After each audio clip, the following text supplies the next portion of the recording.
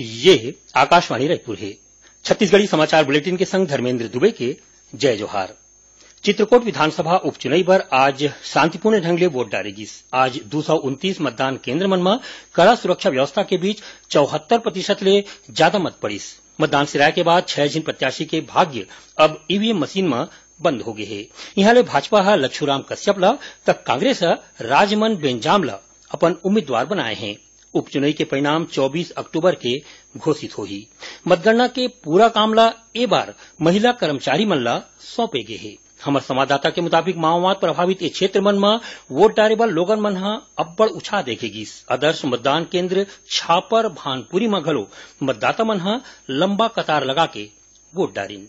इति लोहंडीगुड़ा विकासखंड के नदी पार के गांव कांटाबास के मतदाता मन हा डोंगी ले इंद्रावती नदिया ला पार करके वोट डालिन।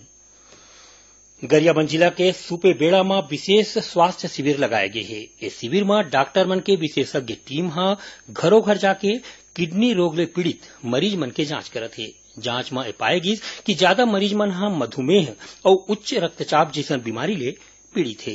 जानकारी के मुताबिक स्वास्थ्य विभाग डहार ले सुपे बेड़ा और तीर तखार के गांव मन में स्वास्थ्य सेवा के टीम हा सरलग काम करत है। मोबाइल मेडिकल यूनिट के माध्यम ले हर हफ्ता सुपे बेड़ा में 2 दिन डॉक्टर और पैरामेडिकल स्टाफ डहार ले सेवा दे जात है। इति राज्यपाल अनुसुईया उइके हा काली सुपे बेड़ा के दौरा करही। उन्हें स्वास्थ्य मंत्री टीएस सिंहदेव कहिन है कि सुपे बेड़ा के पानी में फ्लोराइड और दूसर तत्व के सेती बीमारी होवत है। स्वास्थ्य मंत्री आज रायपुर में एक पत्रकार वार्ता में बताइन कि सुपे बेड़ा में दूषित पानी के संगे संग 4 ठिन आने कारण ले किडनी के बीमारी होवत है, जेमा जेनेरिक फैक्टर घलो कारण हवय। राज्यपाल अनुसुईया उइके और गृहमंत्री ताम्रध्वज साहू आज पुलिस स्मृति दिवस के मौका में 4था बटालियन छत्तीसगढ़ सशस्त्र बल सीएएफ माना में वीर शहीद मन ला श्रद्धांजलि दिन।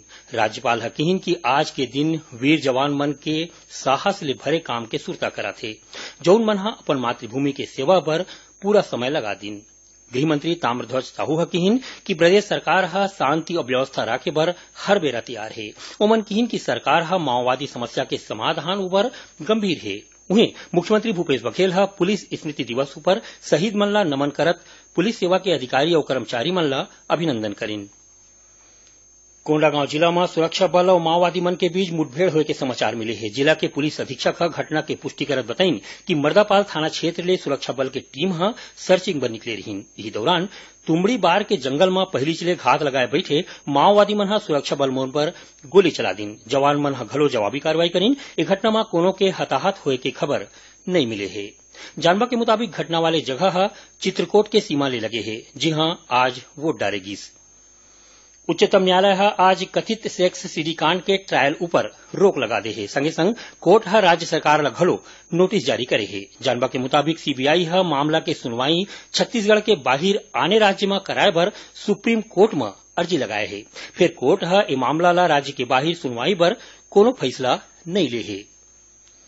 कृषि और पशुपालन विकास मंत्री रविन्द्र चौबे कहिन है कि ग्रामीण अर्थव्यवस्था ला बने ढंग ले बनाए में नरवा गरवा घुरवा और बाड़ी योजना मील के पत्थर साबित होही। श्री चौबे काली रायपुर में राखे गए छत्तीसगढ़ राज्य अनुसूचित जाति जनजाति पशु चिकित्सा अधिकारी संघ के वार्षिक अधिवेशन और राज्य शासन के बड़का योजना नरवा गरवा घुरवा और बाड़ी विषय ऊपर राखे गए कार्यशाला ला संबोधित करत रहीन।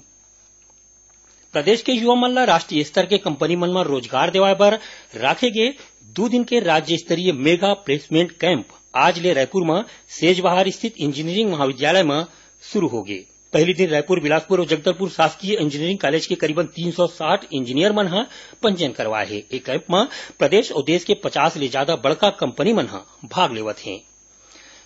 अब थोड़कुन समाचार सार में। संसद के शीतकालीन सत्र 18 नवंबर ले 13 दिसंबर तक चलही।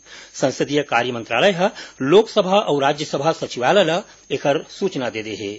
और मुख्यमंत्री भूपेश बघेल के रायपुर स्थित घर में 23 अक्टूबर के होवैया जन चौपाल भेंट मुलाकात कार्यक्रम कोनो कारण ले नहीं हुए। अब एक संग छत्तीसगढ़ी समाचार बुलेटिन इहें सिरावत है। जय जोहार।